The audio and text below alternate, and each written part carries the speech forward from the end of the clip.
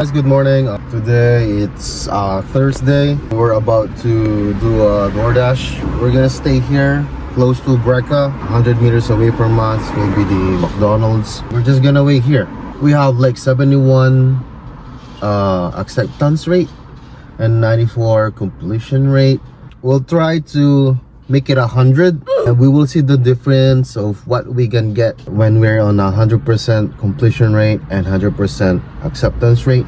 Hopefully we get an order as soon as possible. Time is 7:06, so let's wait. Let's see it. First order sa Breca Bakery, $7. Thank you. Turn left onto East King Edward Avenue. Your destination is on the right.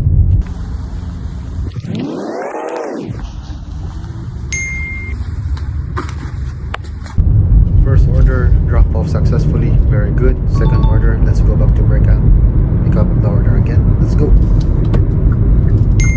Your destination is on the right. Is it for Josh? Alright. Third order, Subway, $6 for 6 kilometers. But what can we do? We're trying to do 100% acceptance rate, so let's go. Turn right onto Ontario Street.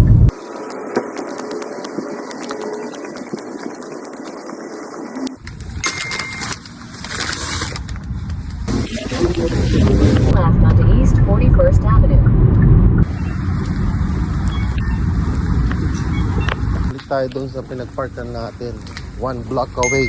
Mali yung pin location niya. Oh no! Kaya ayusin nyo yung mga... Ayusin nyo yung mga pin location ninyo. Please, perdonayo kami. Please. Tani, alay irap. Liber kami ni, di ba ng park kayo ni araw dawi. Aliwati pa nagpin nyo. Ayos yun, tamata kang kila. Panangasiyo, I love you. Mwah. Sinusubukan tayo ni Jesus Christ sa mga pagsubok. Paano na ito? Pwede ba dun? Pwede ba lumusot dun? Balik ulit tayo sa main. Tayo ng Breca sa McDonald's. Kasi andun ang mga order. Tapos traffic. Kalmate, kalmate. Escúchame. Hindi pa ako nakakapagkape. Mukhang may problema yung navigation ng DoorDash ngayon. Kasi mali-mali yung mga direction.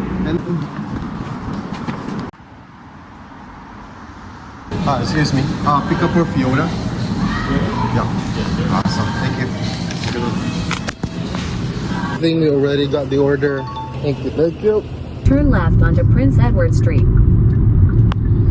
Your destination is on the right. Hello. Oh no. Hi. Hi. Hi. Hi.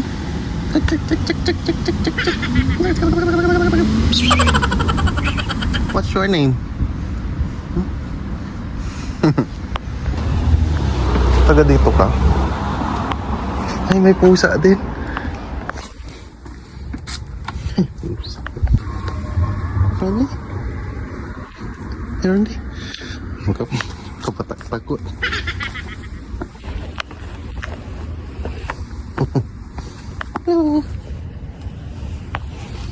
Diyan ka na lang. Bye.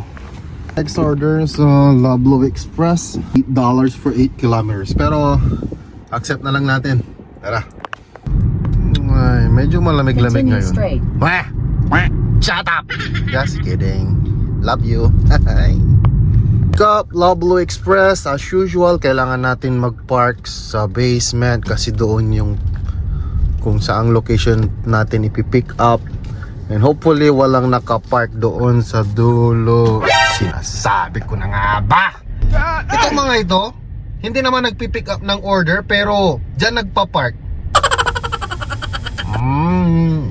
Okay, balbalik ang gurgurun. Dalawang beses na yan! 5 tayo. See, wala namang nagpipick up eh. That's for reserved parking for PC Express. Nope. Panangasiyo! Woo! Lalakad-lakad tayo kasi sakit na yung tiyan ko. Tala natin yung order na natin dito. Inaayos yung sasakyan kasi nabangga. Pinairam muna tayo ng rental car. Kasabi to! Libayag! In 400 meters, turn right. What at the back? Ay! Your destination is on the right. Away mo! Abala nga lalamot.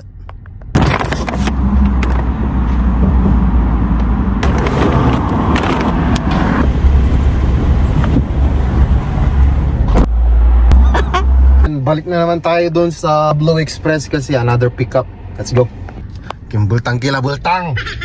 Just kidding. Go ahead. Magdo-DoorDash tayo until 2 o'clock or 2:30 p.m. Hopefully, makarami tayo. Umiinit na. It's 23 degree. Masalimuot. Ang petang. Kainit man, uy. Turn left onto Houston. Dito na naman tayo. Hanap na naman tayo ng parking. Tingnan natin. May nakapark na naman. Ganon! Magpipick up din siya ng order. Wala kasing signal dito sa labas eh. Amin sa ilalim. Anyway, pagbigyan natin. Make sure. Ha? Make sure.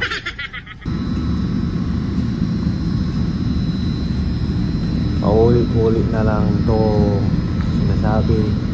Okay. Be there in 1 minute, 2 minutes, 5 minutes, 10 minutes. Nanggap po na. Wala pa. Kahit na paulit-ulit kami niloloko, paulit-ulit pa rin kami bumabalik. Charis. Kasi nga manananam, bulag. Papay kwartayo.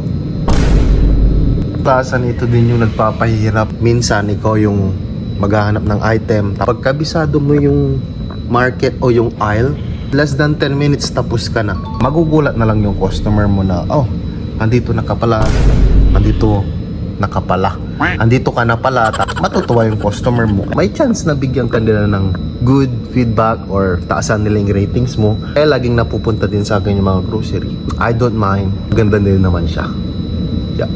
Bukas tumating na.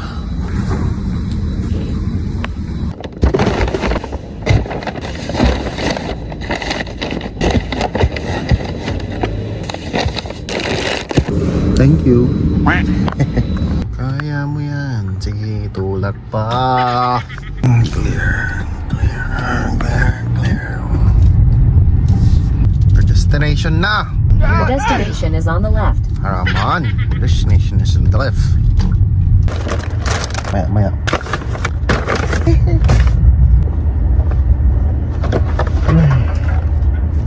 Customer said just leave it at the porch. Let's look. Wala aso. Your destination is on the right.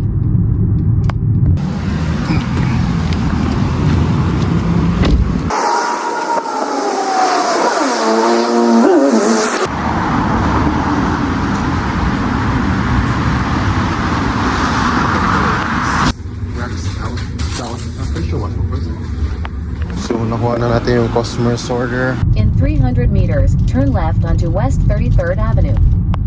Then your destination will be on the left.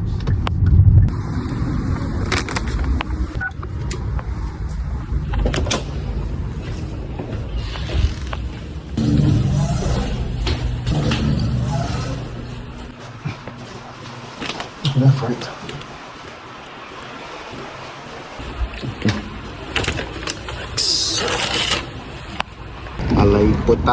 Alay putang. A fresh sliced pizza, $15 for 6 kilometers. So let's go. Turn right onto West 12th Avenue. Sliced pizza. So we need to go back. Ang dami palang pizza. 18 pizza ata, 20 pizza.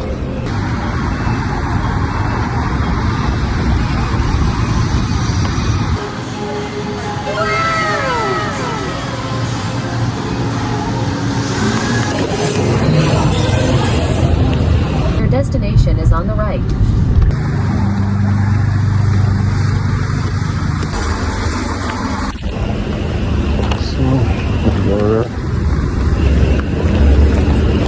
Use the right 2 lanes to turn right onto West 16th Avenue. Destination is on the right.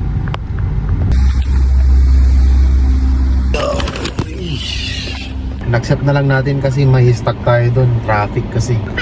Parang mahirap paghanap ng order dito. So it's been almost 40 minutes na since nag-deliver tayo nung last order. I don't know what happened. Magwa 1 o'clock na, hindi na naging busy. Nasa hotspot naman tayo. Let's wait for another 10 minutes. Then if ever wala pa rin, I think I need to move to a different spot or i-end ko na lang yung DoorDash ng medyo maaga. Turn right onto the Canby Street branch. Nagpark tayo dito sa likod nila.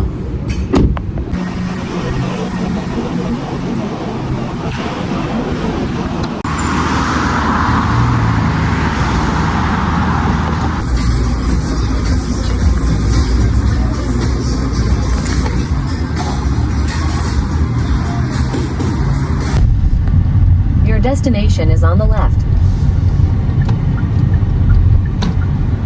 So we get $146 in total. So far so good. Nakabawi tayo sa dulo. So I think that's about it. Thank you so much for watching. Don't forget to like, comment, and subscribe on my YouTube channel. Maraming salamat po sa nag-enjoy kayo. And I'll see you next time. Peace!